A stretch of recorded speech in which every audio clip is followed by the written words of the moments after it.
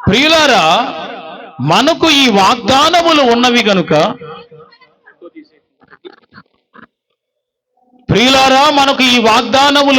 గనుక దేవుని భయముతో పరిశుద్ధతను సంపూర్తి చేసుకొనుచు శరీరమునకును ఆత్మనుకును కలిగిన సమస్త కల్మషము నుండి మనలను పవిత్రులనుగా చేసుకొందుము. ప్రియులారా, ఈ వాక్యం ద్వారా ప్రభు మనందరితో మాట్లాడును గాక. అందరు చెప్పండి ఆమేనని. ఇక్కడ వాక్య భాగంలో పరిశుద్ధాత్మ దేవుడు తెలియజేస్తున్నది ఏంటంటే,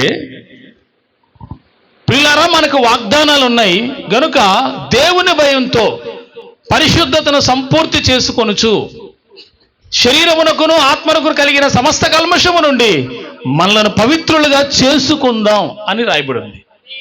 ఎక్కడికి రా, చీకట్లేడు, కూర్చో, ఇక్కడ కూర్చో. దేవుని వాక్యంలో మొదట చెప్పబడిన మాట, దేవుని భయముతో పరిశుద్ధతను సంపూర్తి చేసుకోండి అంటున్నాడు. ఎవరి భయముతో అంటే, దేవుని భయం అనేది ఉంటే వీడు పాపం చేయడు, పరిశుద్ధంగా ఉంటాడు. ఇక్కడ అదే మాట పరిశుద్ధాత్మ దేవుడు రాయించే, దేవుని భయంతో పరిశుద్ధతను సంపూర్తి ఎలా చేసుకుంటాం? దేవుని భయం ఉన్నవాడు పాపం చేయకుండా పవిత్రంగా ఉంటాడు, తను తాను భద్రం చేసుకుంటాడు. తను తాను భద్రం చేసుకున్నప్పుడు పాపంలో పడడు గనుక, దేవుని భయం ఉంది గనుక తన పరిశుద్ధతని సంపూర్తి చేసుకుంటాడు. పరిశుద్ధతని సంపూర్తి చేసుకోవాలి. ఆమేన్. అర్థమైందా? పరిశుద్ధత అనేది క్రీస్తు రక్తము ద్వారా మనకు వచ్చింది.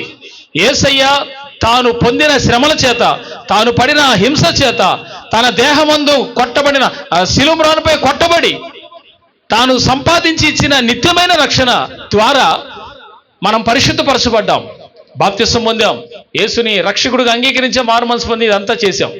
ఇప్పుడు మనము, దేవుడు అంటున్నాడు, మీకు పరిశుద్ధత వచ్చింది, ఈ పరిశుద్ధత సంపూర్తి చేసుకోవాలి అంటున్నాడు. అంటే ముగించుకోవాలి, సంపూర్ణంగా ముగించాలి పరిశుద్ధత. కొన్ని సందర్భాల్లో పరిశుద్ధత పోతుంటది. కొంతకాలం మంచిగా ఉండి, మరి కొంతకాలం బలహీనంగా ఉండి, కొంతకాలం భక్తి అనుసరించి, మరి కొంతకాలం బలహీనులుగా ఉండి, ఇలా పడుతూ లేస్తుంటారు కొంతమంది. ప్రియులారా, ఈ పడుతూ లేస్తే విషయం ఎవరైతే ఉంటారో వాళ్ళు స్థిరంగా లేరని అర్థం. ఎందులో? యేసు ప్రభుని దేవుడే అంగీకరిస్తారు, కానీ పడి లేచే వాళ్ళ వల్ల వాళ్ళకే ఆ భక్తి ఉపయోగకరం కాదు. హల్లెలూయా. అందరూ యాక్టివ్గా ఉండాలా, చక్కగా దేవుని వాక్యాన్ని ఆలకించాలి. ఈసారి వచ్చే ఆదివారం కల్లా వెనక ఇలాంటి లైట్ ఒకటి పెడితేనే మీరు మొహాలు క్లియర్గా కనపడతాయి. ఇంకా మహాతల్లులు మహానుభావులు కొంతమంది రాలేదు, నిస్సందేహంగా వాళ్ళకి రేపు బల్ల ఇవ్వబడదు. దీనికంటే ప్రాముఖ్యమైనది ఏది ఎంచుకోవద్దని వాక్యంలో ఉంది. దీనికంటే గొప్పది కానీ, ఇంపార్టెంట్ కానీ, ప్రాముఖ్యమైనది కానీ ఏది ఎంచుకోవద్దని ఉంది బైబిల్లో. అది ఇక్కడ మీరు గమనిస్తే, దేవుని వాక్య భాగములో దేవుడు చెప్పినట్టుగా పరిశుద్ధత అనేది ఒకటి ఉందని, అది యేసుక్రీస్తు ప్రభు యొక్క రక్తము ద్వారా మనకందరికి సంక్రమించిందని, అది ఎన్నటెన్నటికీ కూడా ముందుకెళ్ళాలే కానీ పరిశుద్ధత ఆగిపోకూడదని, దాని విషయమే సంపూర్తి అవసరమని ప్రభు తెలియజేస్తున్నాడు. అంటే పరిశుద్ధతకు కూడా ముగింపు ఉంది, ఒక సంపూర్ణత ఉంది. హల్లెలూయా. అంటే ఎల్కేజీలో జాయిన్ అయినటువంటి వ్యక్తి, మారుమనసు పొంది రక్షణ పొందినవాడు, వాడి యొక్క పరిపూర్ణత పరిశుద్ధత, వాడి ముగింపు ఆత్మీయ జీవితం ఏ స్థాయిలో ముగిస్తాడో మహిమలోకి వెళ్ళేసరికి ఆ స్థాయి గొప్పదై ఉంటే అది పరిశుద్ధతను సంపూర్తి చేసుకున్నట్టే. దేవుని స్తోత్రం. మనకి యేసు ప్రభు రక్తం ద్వారా వచ్చినటువంటి ఈ పరిశుద్ధత, దీన్ని మనం సంపూర్తి చేసుకోవడానికి మన దినదినము కూడా సిలువ మోయచ్చు, దినదినము కూడా ప్రార్థిస్తూ దినదినం ఆయన వెంబడించే వారం అవ్వాలి. ఆమేన్. మనం మర్చిపోకూడదు ప్రార్థించటం, మనం వాక్యం చదవటం కానీ, ప్రార్థన చేయటం కానీ మర్చిపోకూడదు. ఇక్కడ పరిశుద్ధత సంపూర్తి చేయడానికి తోడ్పడే విషయాలు ఏంటంటే పరిశుద్ధాత్మ శక్తి, దేవుని వాక్యం. 3 ప్రార్థన. ఈ 3 నిన్ను పరిశుద్ధత యందు సంపూర్తి చేయడానికి ఆ దేవుడు నిన్ను అలాగ ఉపయోగించుకొని వీటి ద్వారా నీ పరిశుద్ధ సంపూర్తి చేయడానికి పరిశుద్ధాత్మ దేవుడు సహాయం చేస్తాడు. ఎట్లా? ప్రార్థన, పరిశుద్ధాత్మ, వాక్యం. హల్లెలూయా. అసలు మొదట పరిశుద్ధాత్మ లోపల ఉంటేనే వాక్యం చదువుతాం, పరిశుద్ధాత్మ లోపల ఉంటేనే ప్రార్థన చేయగలుగుతాం. ఆమేన్. ఇప్పుడు మీరు గమనించండి, ఇక్కడ పౌలు గారు కొరింథీ సంఘానికి ఎందుకు చెప్పాల్సి వచ్చింది ఈ మాట? ప్రియులారా, మీ పరిశుద్ధతను సంపూర్తి చేసుకోవాలి. ఎట్లా?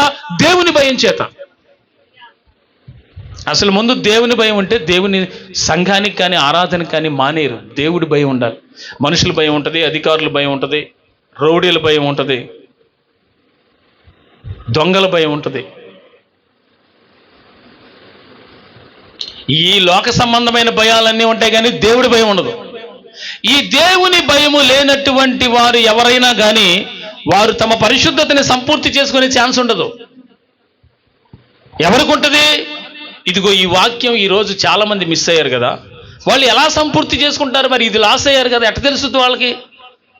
ఈ రోజు ఏం మాట్లాడతాడో నా దేవుడని ఆశతో పరిగెత్తే వాళ్ళే ఈ రోజున చర్చికి వచ్చే వాళ్ళు లేరు.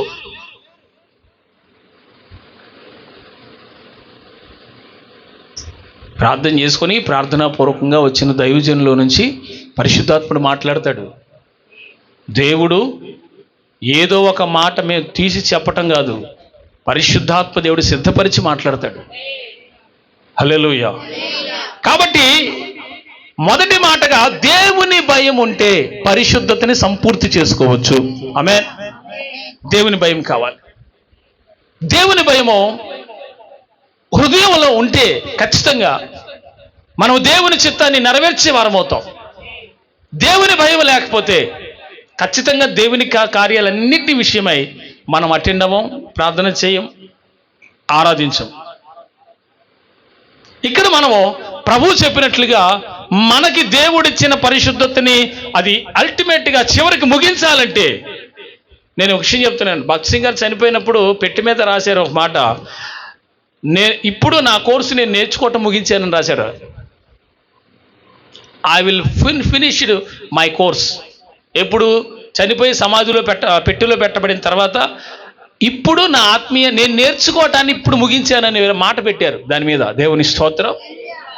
అంటే జీవితకాలం అంతా 10,000 సంఘాలు స్థాపించి కొన్ని వందల వేల గంటలు దేవుని సన్నిధిలో జీవితం అంతా గడిపి రోజుకి 18 గంటలు ప్రార్థన చేసినటువంటి గొప్ప ప్రార్థనా పరుడు కదా.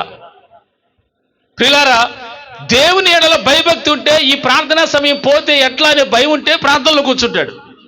దేవుని భయం లేనివాడు తన పరిశుద్ధతని సంపూర్తి చేసుకునే ఛాన్స్ ఉంది. అది దేవుడిచ్చింది నాకని దాన్ని సంపూర్తి చేసుకోవడానికి భయం ఉన్నవాడు ఇష్టపడతాడు. హల్లెలూయా. ప్రియులారా, దేవుని భయం అంటే ఏంటో తెలుసా? ఒకటి, పైన దేవుడు చూస్తున్నాడు, నా క్రియలన్నిటి విషయమే ఒక రోజున నాకు శిక్ష విధిస్తాడని ఒక భయం ఉంటుంది. 2, చేసిన తప్పులన్నీ బట్టి భయం ఉంటుంది. 2, దేవుని భయం. ప్రార్థన చేసుకోకపోతే అమ్మో నా దేవుడు ఒప్పుకోవడం, అమ్మో ప్రార్థన అదొక భయం. 2, ఆత్మ సంబంధమైన భయం.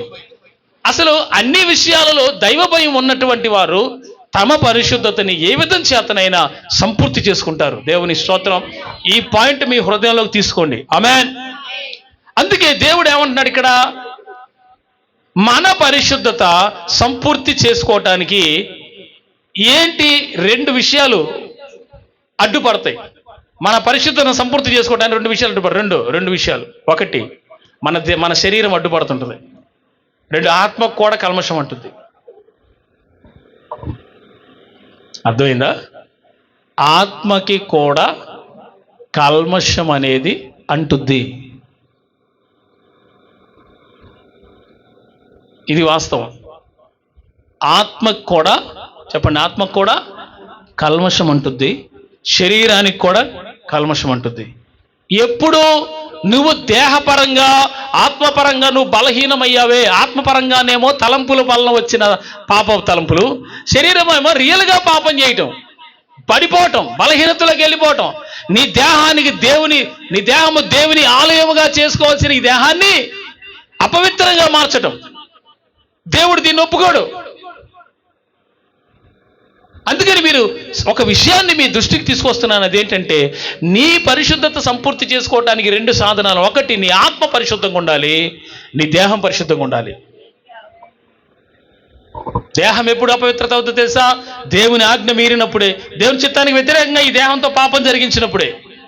2, ఆత్మ ఎప్పుడు అపవిత్రం అవుతుందో తెలుసా? ఆలోచనలన్నీ, చెడ్డ ఆలోచనలన్నీ ప్రత్యేకంగా ఆలోచించుకుంటేనే. ఆత్మ కూడా కల్మషం వస్తుంది. ఈ శుద్ధీకరణ ఆరాధనలో నీ దేహము, నీ ఆత్మ యేసుక్రీస్తు రక్తం ద్వారా శుద్ధీకరించబడాలి. ఆమేన్.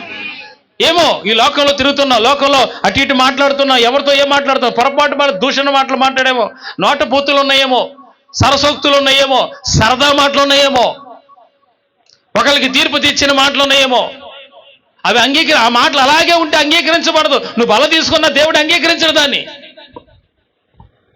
ఎఫెసీ పత్రిక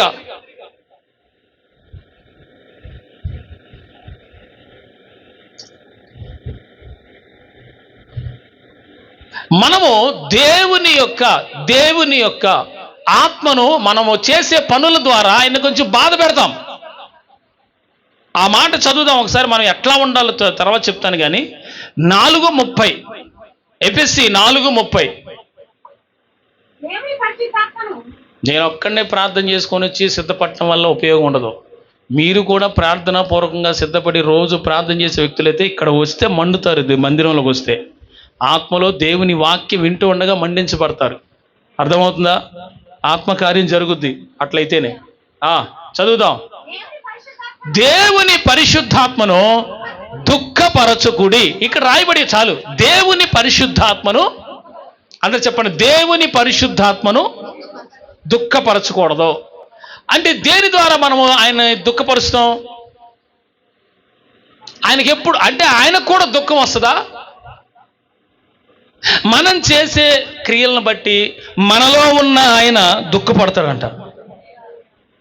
అర్థమవుతుందా తమ్ముడు? మనలో ఉన్న పరిశుద్ధాత్ముడు మనం చేసే విరోధమైన కార్యాలు చూసి ఆయన దుఃఖపడతాడంట హృదయంలో. మీరు ఎప్పుడైతే యేసుని అంగీకరించారో మీలోకి పరిశుద్ధాత్ముడు వచ్చాడు. తెలుసా మీకు ఆ సంగతి? హల్లెలూయా. నీలో పరిశుద్ధాత్ముడు ఉన్నాడు, మనందరిలో పరిశుద్ధాత్ముడు ఉన్నాడు. ఆయన ఉండబట్టే భక్తిని నడిపిస్తున్నాం.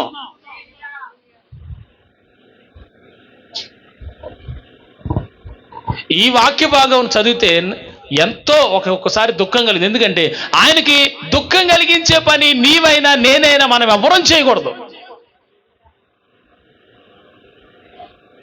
ఆయన ఎప్పుడు దుఃఖపడతాడు? 29. అంటే ఆత్మకు కానీ శరీరానికి కానీ కలిగే అపవిత్రత ఎలా వస్తుంది? ఒక మాట ద్వారా కూడా వస్తుందంట. ఒక్క మాట వింటున్నారా? ఒక్క మాట వల్ల పరిశుద్ధాత్ముడు దుఃఖపరచబడతాడు. ఒక్క మాట వల్ల, మాట అంటే అది విరోధమైన భూతి మాట కావచ్చు, సరసోక్తులు కావచ్చు, ఇంకేదైనా కావచ్చు, నీ నోటి నుంచి వచ్చిన తీర్పు తెచ్చిన మాట ఏదైనా కావచ్చు, వెంటనే నీ దేహమును నీ ఆత్మను కల్మషాన్ని తీసుకొచ్చేస్తుందంట, అపవిత్రత పరచబడుతుంది. నా మాటలు కాదు, దేవుని వాక్యం ఇది. హల్లెలూయా. ఇంత పవిత్రంగా ఉండగలవా? మరి నోటిని కూడా కాచుకోగలమా? బల్ల తీసుకోవటం అంటే అంత తమాషా అయిపోయింది ఒక్కొక్కరికి. రేపు చెబితే ఒక్కొక్కరి సంగతి. రాని వాళ్ళందరికీ కఠినంగా అది ఇచ్చే పనే లేదు, పక్కన కూర్చోబెట్టడమే.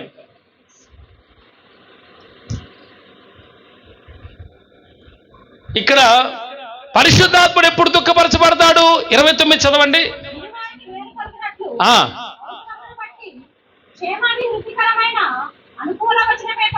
అందరితో మాట్లాడేటప్పుడు ఏదైనా ప్రభుని దీవించును గాక ఏదో ఒక మంచి మాట, అనుకూలం వచ్చినాం, పక్కనోడు ఏదైనా మాట్లాడితే ఏంది ఇట్లా మాట్లాడుతుంది ఈ అమ్మాయిని అనుకున్నట్టు కాకుండా కాస్త మంచి మాట మాట్లాడితే వెరీ గుడ్. హల్లెలూయా. ఆ తర్వాత కానీ దుర్భాష అంటే ఏంటో తెలుసా? దుర్భాష అంటే చెడ్డ మాటలాడే ఆ మాటలు ఉంటాయి చూసారా, దాన్ని అదొక భాష అన్నమాట. అది అపవిత్రమైన మాటలు అనుకోండి పోని మీ దృష్టికి. దుర్భాష ఏదైనాను మీ నోట్లో రాకూడదు.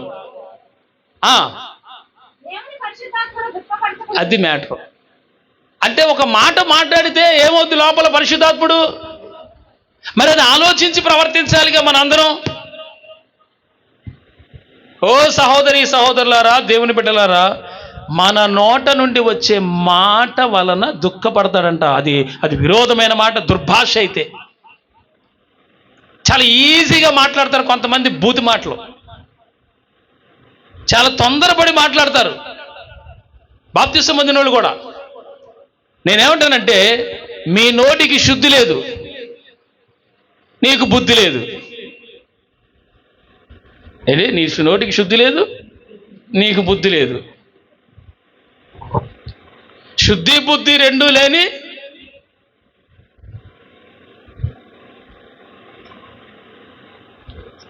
ఈ శుద్ధీకరణ నీ ఆత్మలో, నీ శరీరంలో ఇప్పుడు జరగాలి. అంటే ఒకవేళ మీరు అలా పలికినట్లయితే మీరు ఒప్పుకోవాలా? ఒక్కటే గుర్తుపెట్టుకోండి, దుర్భాష కానీ, ఏదైనా వ్యతిరేకమైన మాటలే కానీ, వ్యతిరేకమైన క్రియలే కానీ, మనం ఏది చేసినా ఏదన్నా వెంటనే పరిశుద్ధాత్ముడు లోపల దుఃఖపడతాడంటారు.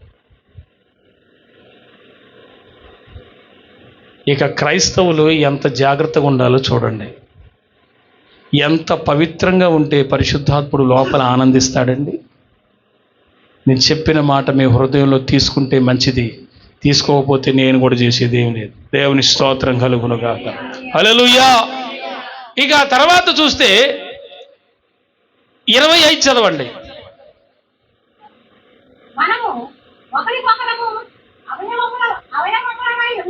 మనము అవయవాలై ఉన్నాం గనక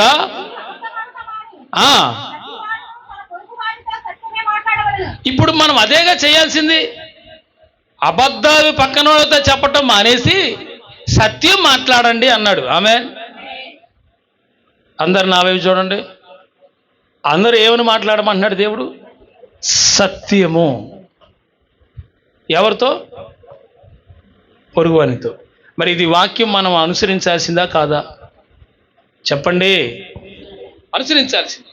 మరి ఒకవేళ అబద్ధం ఆడితే ఈ దేహం, ఈ ఆత్మ ఏమవుద్ది? అపవిత్రం అవుద్ది. లోపల పరిశుద్ధాత్ముడు దుఃఖపరచబడతాడు. ఓ లెక్కలో విషయంలోనైనా, ఒక మాట విషయంలోనైనా, ఏదైనా ఏ విషయంలోనైనా నువ్వు గనక అబద్ధం ఆడావు అంటే నీ లోపల ఉన్న పరిశుద్ధాత్ముడు దుఃఖపడతాడు. ఎన్నిసార్లు ఆయన దుఃఖపెడతావు? మనము ఆలోచించుకోవలసిన విషయం ఏంటంటే, అసలు ముందు ఆ ప్రాచీన స్వభావం ఉందే, పాతది, అది పోతే తప్ప దేవుని ఎదుట మనం పరిశుద్ధులుగా ఉండలేము. హల్లెలూయా. ఎఫెసీ పత్రిక 4వ అధ్యాయం 22, 23, 24 చదవండి ఒకసారి. కావున మునుపటి ప్రవర్తన, గతంలో బాప్తిసం పొందడానికి ముందున్న ప్రవర్తన విషయంలో అయితే మోసకరమైన ఒక దురాశలు మనలో ఉన్నాయి ఒకప్పుడు. ఆ దురాశ వలన చెడిపోవు. పాతదైన స్వభావం ఉందే గతంలోది, వదులుకొని మీ చిత్తవృత్తి యందు మీరు మరలా నూతన పరచబడిన వారై నీతియు భక్తియు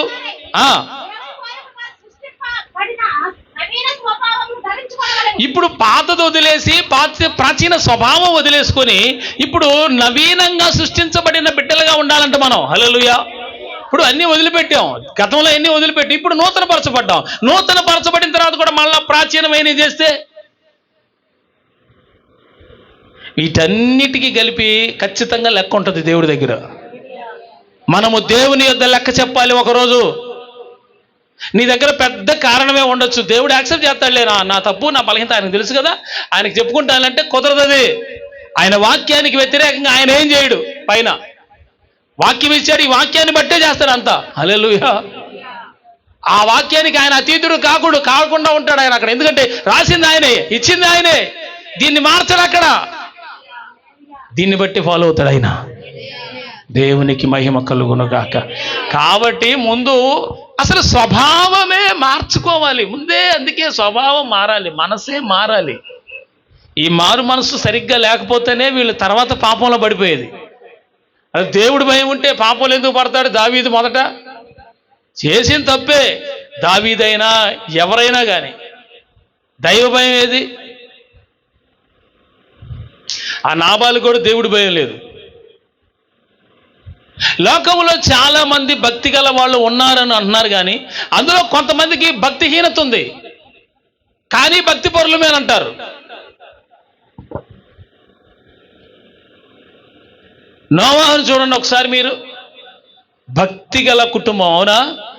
మాట్లాడండి. అబ్రహామును చూడండి, భక్తి గల కుటుంబం. లోతును చూడండి, దినదినము నీతి గల తన మనసు నొప్పించుకుంటూ అక్కడ ఆ సొదొమ గొమొర్రా పట్టణంలో ఉండగలిగాడు, కానీ వెనక్కి తిరిగింది ఎవరు? భార్యగా. భక్తి మనల్ని వెనుక తిరిగి చూసేటట్టు చేయదు. భక్తి దేవుడు ఏ మాట చెప్పాడో మన పక్షాన ఆ మాట జరిగించేటట్టుగానే మనం ముందుకు వెళ్తాం తప్ప, అది నష్టమైన దేవుని కొరకు నష్టమే వచ్చినా కానీ, అది ఎంత నష్టపోయినా కానీ పర్వాలేదు, దేవుని ఎడల భయభక్తులు మాత్రం కలిగి ఉండాలని ఖచ్చితంగా చూసుకుంటారు. దేవుని స్తోత్రం. యెహోవా యందు భయభక్తులు కలిగి ఉండుట జ్ఞానమునకు మూలం.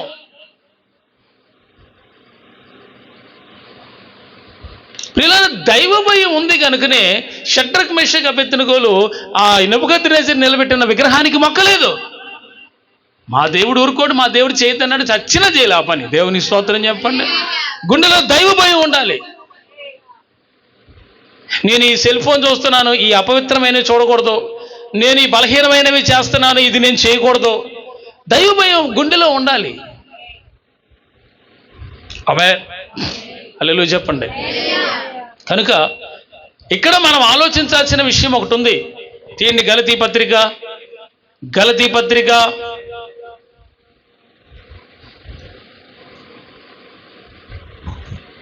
2వ అధ్యాయం 11-12 వాక్యాలు.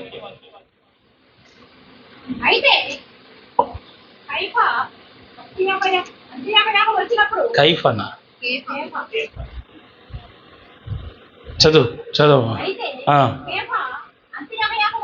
అంతియోకయకు కేఫా వచ్చాడు. ఈ కేఫా అపోస్తుల్లో ఒకడు, యేసు ప్రభు అపోస్తుల్లో ఒకడు.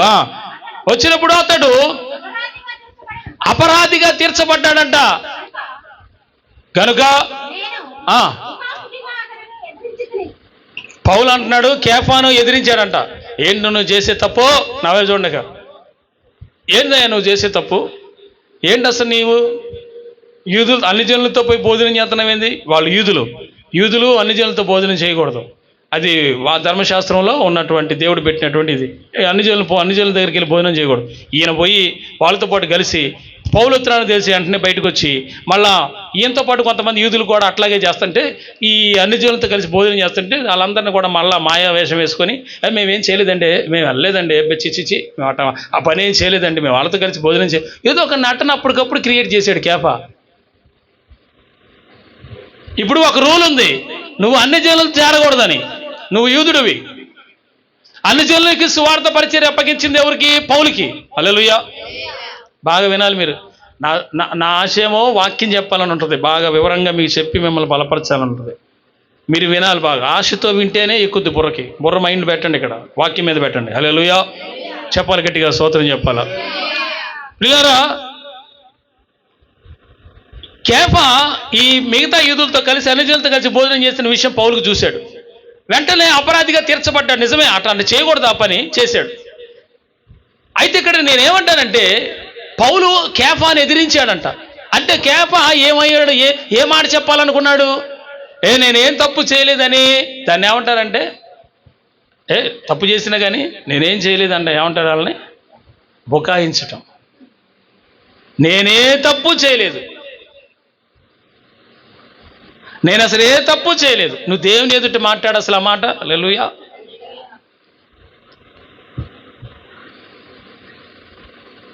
కోర్టులో పరిశుద్ధ గ్రంథం లేకపోతే వాళ్ళు ఏదో ఉంటుందిగా, ఏంటంటే అది గ్రంథం తీసుకొచ్చి పెడతారు. ఏదో గ్రంథం తీసుకొచ్చి దాని మీద అన్ని వాడు నిజమే చెప్పాడు, అబద్ధం చెప్పాడు, మొత్తాన్ని దాని మీద ఒట్టేసి నేను అబద్ధం చెబుతూ నిజం చెబుతూ తెలిసేవారు. మీ ప్రమాణాలు మీరు మర్చిపోయారుగా. నీ భర్త ఎడలా నీ భార్య ఎలా ప్రవర్తించాలో మర్చిపోయారుగా. మర్చిపోయి ప్రవర్తిస్తున్నారుగా. హల్లెలూయా. నేను ఒకటే మీతో మాట్లాడుతున్నాను. మాట్లాడేది నేనైతే దేవుడు నన్ను శిక్షించాలి. మాట్లాడేది పరిశుద్ధాత్ముడైతే మీ జీవితాలు దిద్దుబాటు చేసుకోవాలి. దేవుని స్తోత్రం చెప్పండి. హల్లెలూయా. అందరితో కలిసి తప్పు చేసి వద్దురన్నా చేయకుండా పని చేసి నువ్వు మేలకుండా కూర్చి మళ్ళీ అంతా మాయ వేషం వేసుకుని మేమంతా ఏం లేదండి, వాళ్ళతో పాటు కలవలేదండి అని అంటూనే కలుస్తున్నావుగా.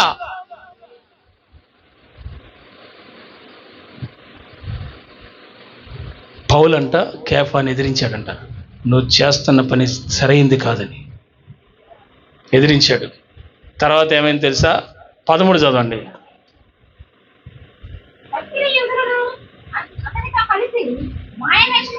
అది మ్యాటర్. డ్రామా స్టార్ట్ చేశారంట. లేదు పౌలు గారు భలేవాడు, మేమందరం ఇక్కడే ఉన్నాం, అల్లే ఒట్టు ప్రామిస్ అంటున్నారంట.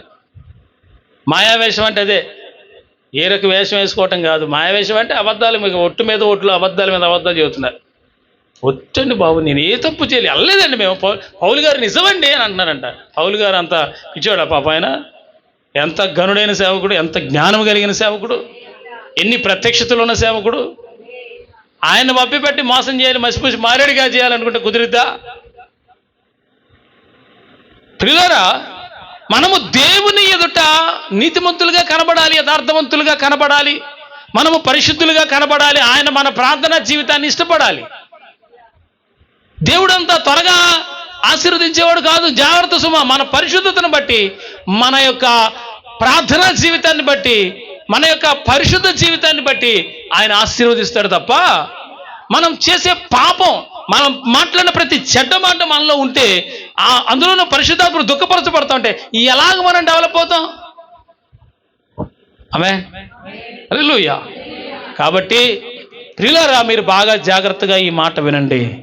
నీ ఆత్మకు, నీ శరీరానికి కలిగిన కల్మషం యేసు రక్తం ద్వారా కడగబడాలి. లోకంలో ఉన్నాం. మీకు విషయం ఒక మాట చెప్తాను.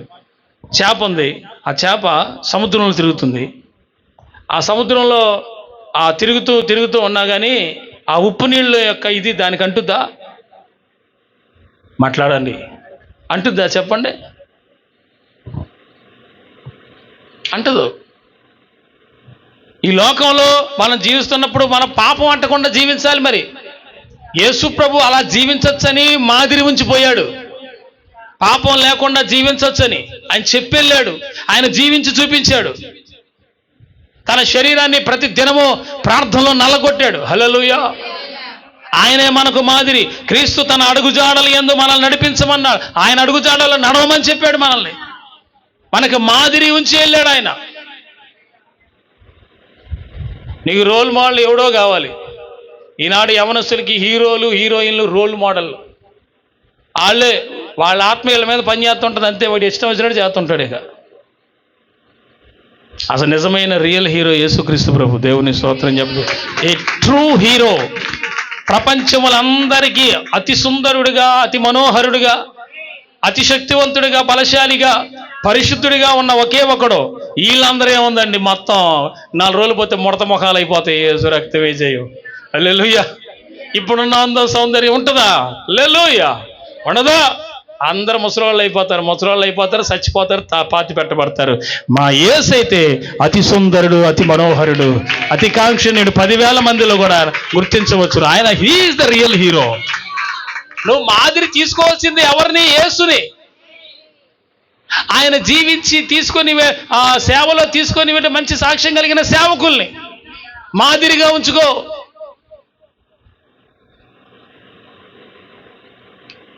అసలు నీ సంఘ కాపరి ఆత్మలు ఎంత రోషం కలిగినోడో తెలిస్తే మీరు అట్లా జీవించేస్తారు. మీరు అలా అలవాటు పడతారు.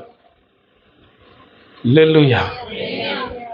ఏలియా పక్కన తిరిగినోడు ఎవడైనా కానీ ఏలియా శిష్యుడు అయ్యిండా అంటే ఎంబడించిన వాళ్ళు ఒక్కడే అయ్యాడు. హల్లెలూయా.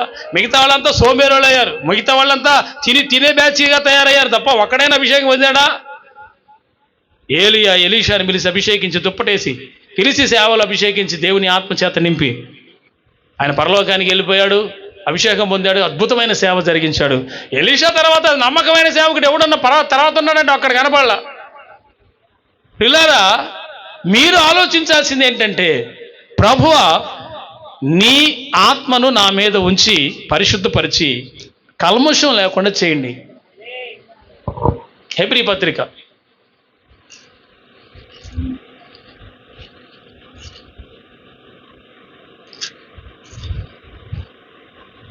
పరిశుద్ధ గ్రంథంలో నుంచి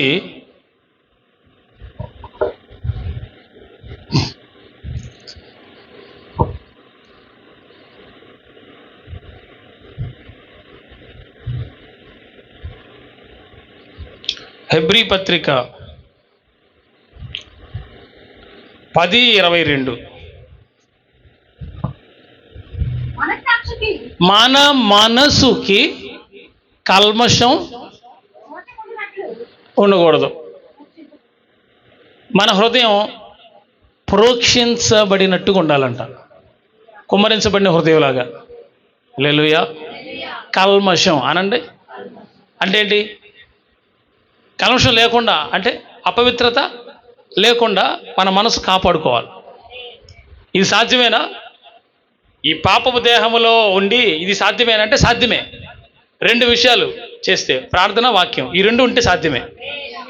ఎందుకంటే చదువుతూ ఉండగా ఆత్మదేవుడు శుద్ధి చేస్తాడు, రీడ్ చేస్తుండగా, ప్రార్థిస్తూ ఉండగా పరిశుద్ధాత్ముడు పనిచేస్తుంటాడు మన మీద.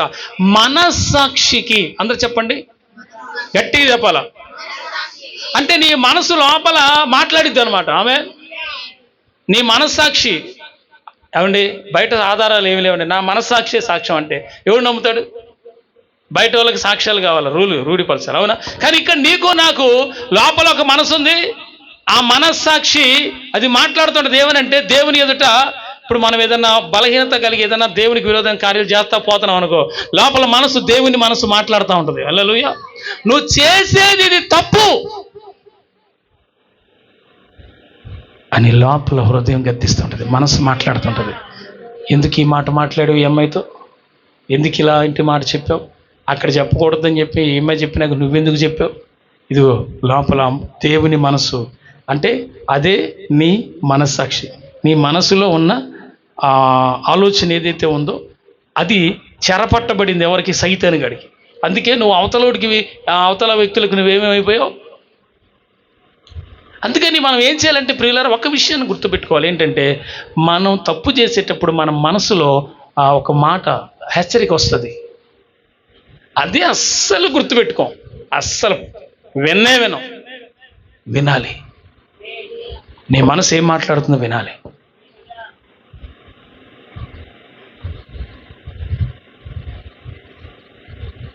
నీ మనసు ఏం మాట్లాడుతుందో వినాలి. అది ప్రార్థనా పరులకి వినపడుతుంది. అసలు ప్రార్థన చేసి ఈ తిప్పలంత ఎందుకు ఉంటుంది? దేవుని స్తోత్రం చెప్పండి. హల్లెలూయా. గట్టిగా స్తోత్రం చేద్దామా? హల్లెలూయా. ఇక్కడ మీరు గమనించండి, మనస్సాక్షికి కల్మషము తోచకుండునట్లు ఎల్లప్పుడూ ప్రోక్షించబడిన, కుమ్మరించబడిన హృదయం కావాలంట. ఎలాంటి హృదయం? ప్రోక్షించబడిన హృదయం కావాలి. అంటే ఇక లోపలేం దాచుకోకూడదు, యథార్థంగా ఉండాలి. ఒక మాటలో చెప్పాలంటే మీకు అర్థం కావాలంటే యథార్థంగా ఉండాలి. అందరి ఎడల,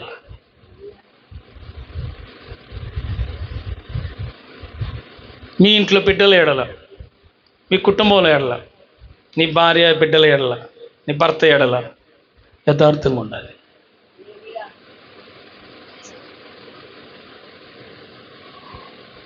దేవుని స్తోత్రం చెప్పండి. హల్లెలూయా. పరిశుద్ధ గ్రంథంలో నుంచి 1 కొరింథీ పత్రిక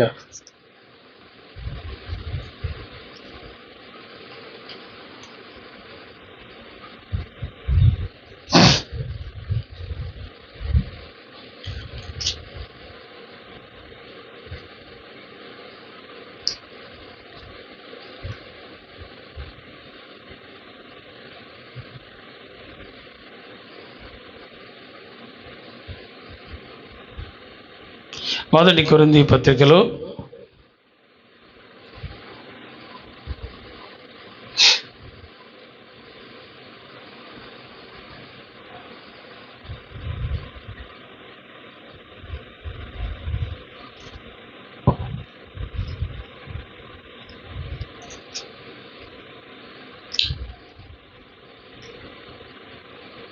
6వ అధ్యాయం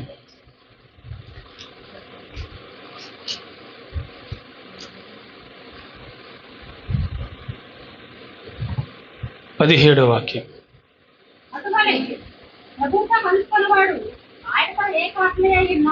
మళ్ళీ చదవండి.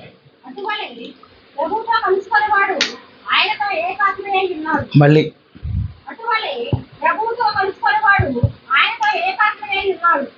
అర్థమైందా?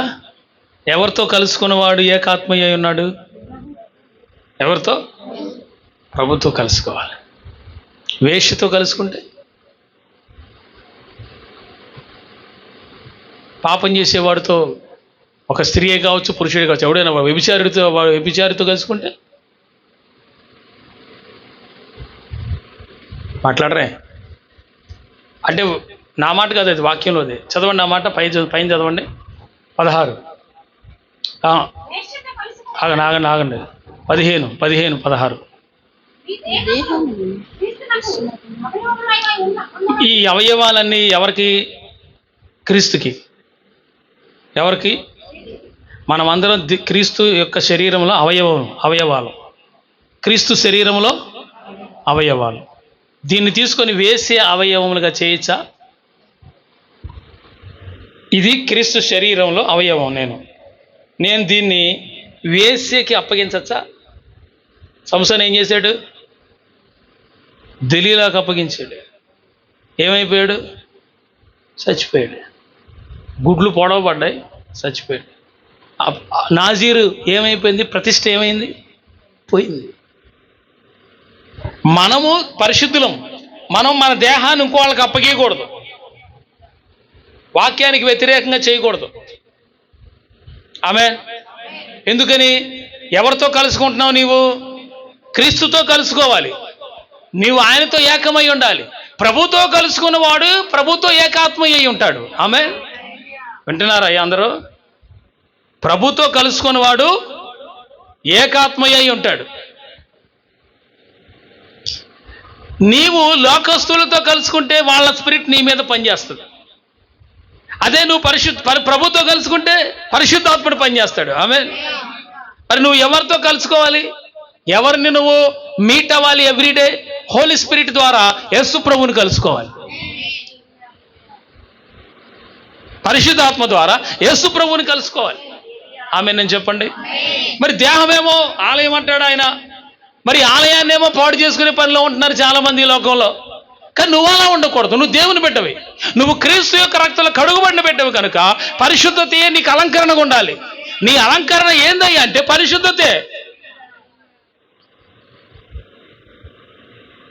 అందరూ చెప్పండి, పరిశుద్ధతే అలంకరణ అనండి. హల్లెలూయా. చూడండి ఇక్కడ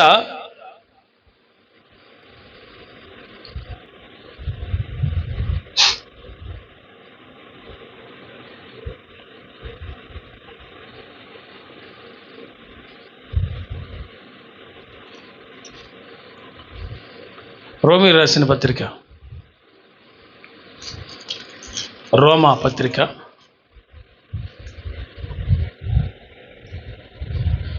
8:8-9.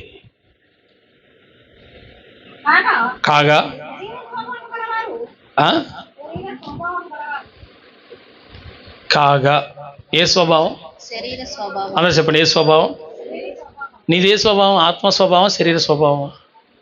చెప్పాలి అందరమ్మా. అర్థం కాకపోతే మళ్ళీ ఒకసారి చెప్తా. ఆత్మ స్వభావం, నీది శరీర స్వభావం. ఆత్మ స్వభావం ఏమైతే ఆ ఫలములన్నీ 9 ఫలాలు ఉన్నాయి.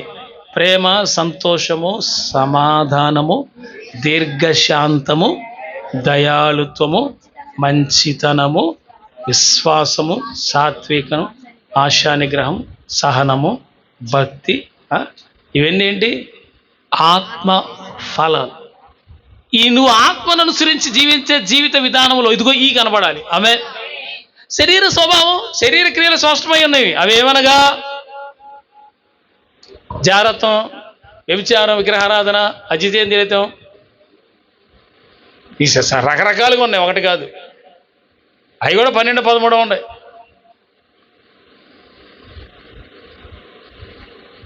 నీది శరీర స్వభావమా ఆత్మ స్వభావమా అంటే, నీది శరీర స్వభావం అయితే దాని యొక్క ఫలము మరణము, కానీ ఆత్మ స్వభావం అయితే దాని యొక్క ఫలము జీవం. హల్లెలూయా. దేవునికి స్తోత్రం చెప్పండి.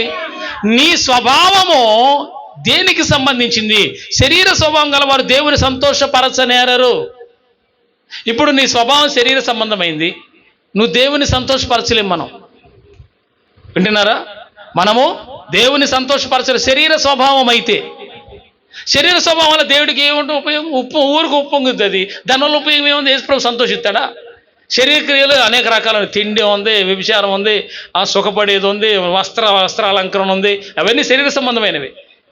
ఈ శరీర సంబంధమైనవన్నీ ఈ చేస్తా పోతే దేవుడికి సంతోషమేమీ కలగదు. ఆత్మ సంబంధంగా ఉండాలి మనం. దేవుని స్తోత్రం చెప్పండి. అందుకే స్వభావమే ఆత్మ స్వభావం అవ్వాలి, పరిశుద్ధాత్ముడి యొక్క స్వభావం అవ్వాలి. ఆమె నేను చెబుదాం అందరం. హల్లెలూయా. 9:3 పౌలు ఏమంటున్నాడు?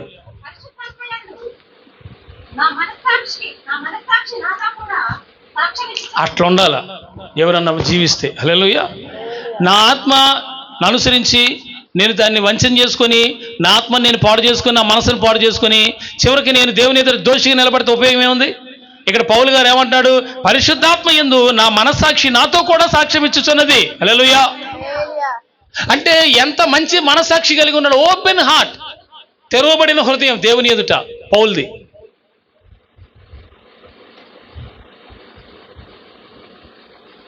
చాలామంది ఈ లోకంలో ఉన్నాం కాబట్టి ఇవన్నీ తప్పదంటుకుంటూ అడ్జస్ట్మెంట్ అయిపోతున్నారు. కానీ వాక్యానుసారంగా రేపు దేవుడు చూస్తే అసలు ఎన్ని సంఘాలు నిలబడతాయి పరలోకంలో అని పెద్ద డౌట్ అవుతుంది నాకు. అసలు ఎన్ని నిలబడతాయి? పల్లెటూళ్ళలో అయితే ఆచారపూర్వకమైన సంఘాలు ఎన్నో ఉన్నాయి. ఎన్ని నిలబడతాయా రాలిపోతాయో తెలీదు.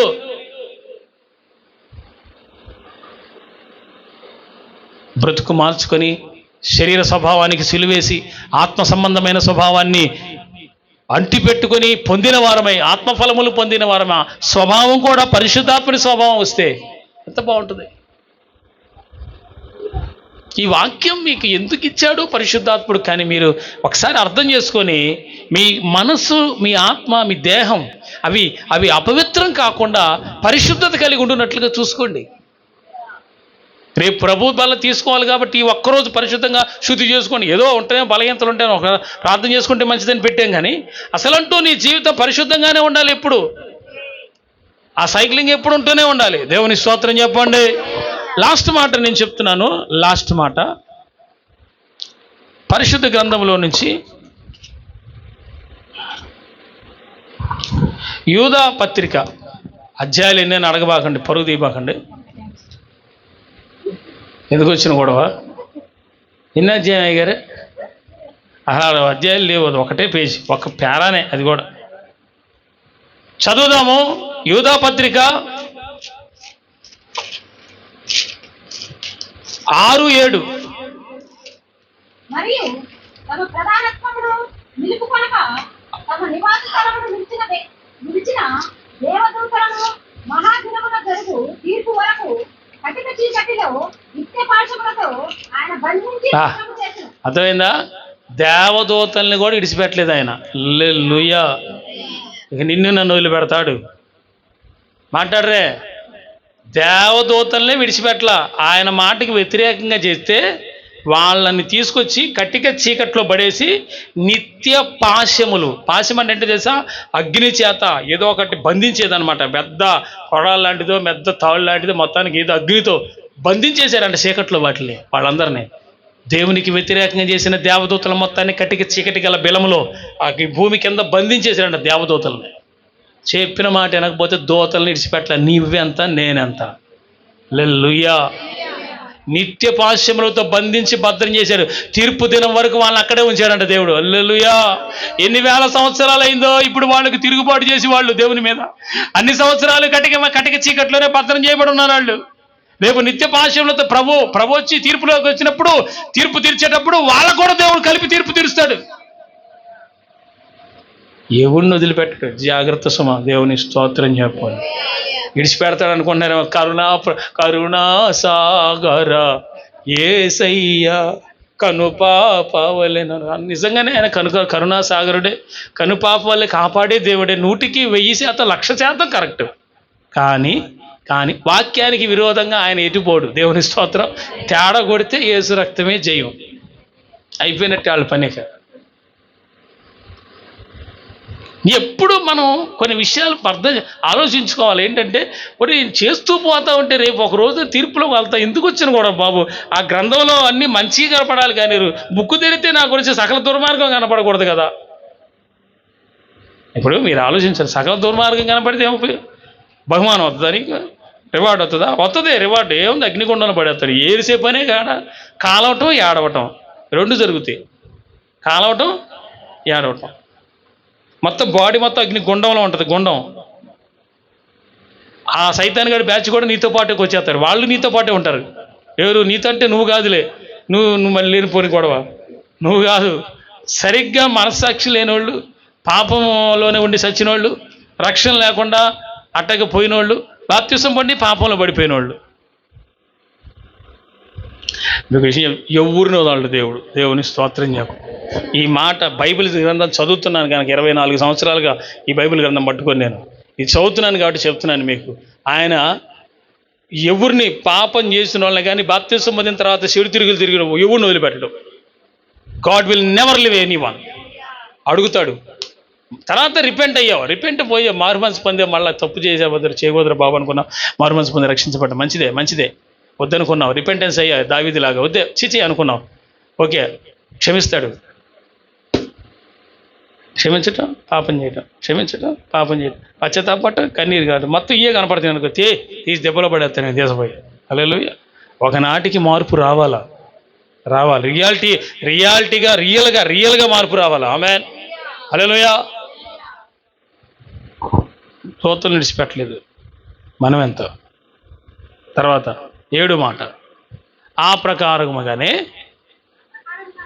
సొదొమ గొమొర్రాలు వాటి చుట్టుపక్కల పట్టణంలో వీరి వలె వ్యభిచారం చేయొచ్చు. అంటే ఈ దేవతలు ఏం చేశారు? ఇప్పుడు మాట్లాడాలి. దేవదూతలు కూడా వ్యభిచారం చేశారు. దేవుడి మాట ఇంటేగా. అసలు దేవదూతల గురించినటువంటి ఏంజిల్స్ సంబంధించిన ఒక శాస్త్రం ఉంది. అదంతా చెప్పడానికి చాలా టైం పట్టింది. మీకు అవన్నీ తెలియదు కదా. వాళ్ళు ఎందుకు తిరుగుబాటు చేశారు, అసలు ఎందుకు అట్లా జరిగింది, వాళ్ళు ఏడున్నారు, అసలు దీనికి పునాదేవుడు ఎవడు దీన్ని చెడగొట్టింది, అసలు దేవుడి ప్రణాళికలు అంతా చెడగొట్టింది ఎవరు, ఇప్పుడు ఇంతకు ఎక్కడున్నారు, వాళ్ళ సంగతి ఏంటి, ఎన్ని ఉన్నాయి. పిల్లరా, ఇక్కడ మీరు గమనించినట్లయితే సొదొమ గొమొర్రా వాళ్ళ పట్టణంలో ఉన్న వాళ్ళు ఎట్లయితే విచారణలు అయ్యారో అలాగే దేవదూతలు కూడా విచారణలు అయ్యారంట. అందుకే దేవుడు వారిని విడిచిపెట్టలా. హల్లెలూయా. ఇక చూస్తే ఏమైందంటే పరశరీరానుసారులు. అసలు నోరు తిరిగితే అనండి అన్నమాట. అంటే ఇతర శరీరం మీద ఆశ కలిగి ఉండటం, ఇతర శరీరాల మీద, ఇతర వ్యక్తుల మీద ఆశ కలిగి ఉండటం. పర శరీరానుసారులు అయ్యారు సొదొమ గొమొర్రా పట్టణ ప్రజలు. కానీ ఇదే టైపుగా దేవదూతలు కూడా చేస్తే ఊరుకోవాలి దేవుడు. ఒక్క మాట, ఎవరిని వదలడు. దేవుని స్తోత్రం. ఎవరిని వదలడు. ఆ భయం గుండెలో ఉంటే ఇక తప్పులు జరగవు. దేవుని స్తోత్రం. జాగ్రత్తగా ఉంటాం, పవిత్రంగా ఉంటాం, మనల్ని భద్రపరుచుకుంటాం. ఏమండి, ఉన్నది ఉన్నట్టుగా పరిశుద్ధాత్మ తెగ్గొట్టి మాట్లాడతాడంతే. కల్పితాల బోధలు సందర్భాన్ని బట్టి కల్పించి ఆ సాంబార్ కలిపి ఇడ్లీకి మన వల్ల కాదయ్యి. దేవుని స్తోత్రం.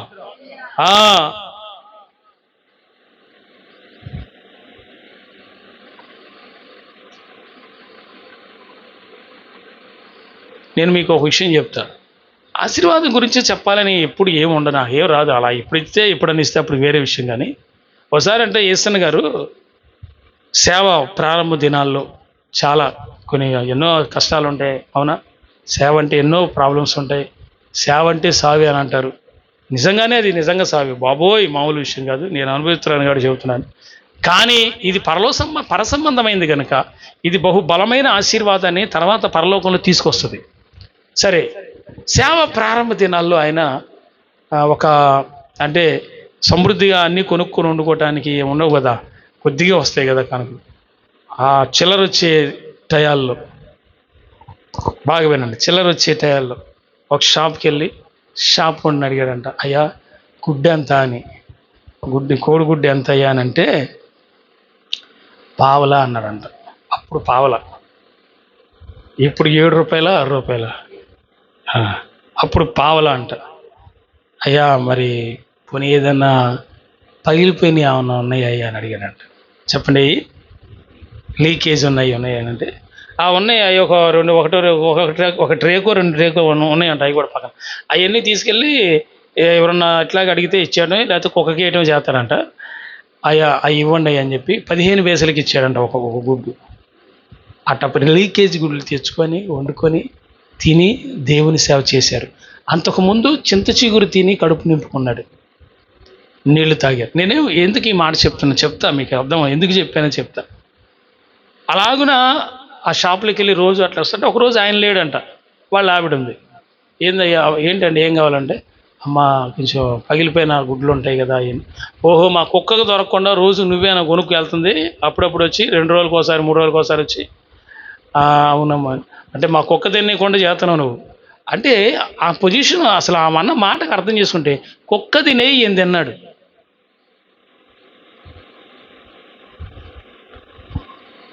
మనకి దేవుడు అన్నీ సమకూర్చాడు. ఈ రోజున ఇక్కడ కూర్చున్న వాళ్ళలో ఎవ్వరు పస్తులు పడుకునే వాళ్ళు లేరు,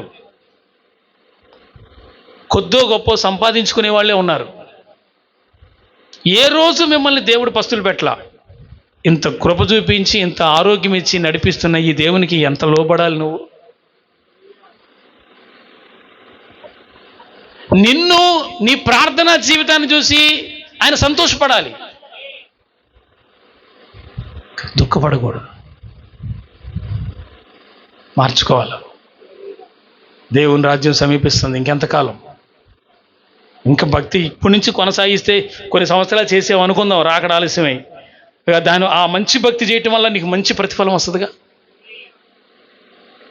ఇప్పటికైనా మారి పరిపూర్ణమైన స్థితిలోకి వచ్చి భక్తి రియాలిటీగా మంచిగా చేసి బహుగా ప్రార్థన విజ్ఞాపన చేస్తూ దేవుని సంతోషపెట్టేవారుగా ఉంటూ కొన్ని సంవత్సరాలు బతికామనుకుందాం, ఒక 20 ఏళ్ళు 30 ఏళ్ళు బతికామనుకుందాం. ఆ 20-30 ఏళ్ళు కూడా అద్భుతంగా బతికావు, మంచి రివార్డు వస్తుందిగా నీకు. ఒకవేళ ప్రభు రాకడ ఆలస్యం అయితే. నేను ఎప్పటికప్పుడే ఉంటాను, ఇదే లాస్ట్ రోజు అనుకుంటూ ఉంటాం. రేపు ఎవరిదో మనకు తెలుసా? ఇవాళ ప్రార్థన చేసుకోవటమే హల్లెలూయా, వాక్యం చదువుకోవటమే, సిద్ధపడటమే హల్లెలూయా. నేను మీకు పోయిన 2 వారాలుగా చెప్తున్నాను, ఎవ్రీడే సండే అనుకోండి అని. దేవుని స్తోత్రం. Everyday become Sunday. ఇవాళ రోజున మనం అలాగే అనుకోవాలా, పునరుద్ధానంలో ఎత్తబడాలా, ప్రతిరోజు సండే అనుకోవాలా. ప్రభు మిమ్మల్ని దీవించును గాక. ప్రార్థన.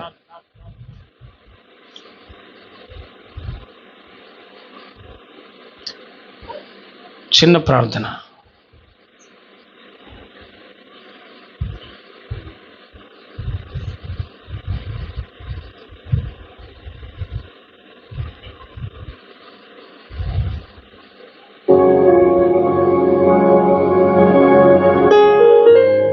ప్రభువా మీకు స్తోత్రాలు చెల్లిస్తూ ఉన్నాను.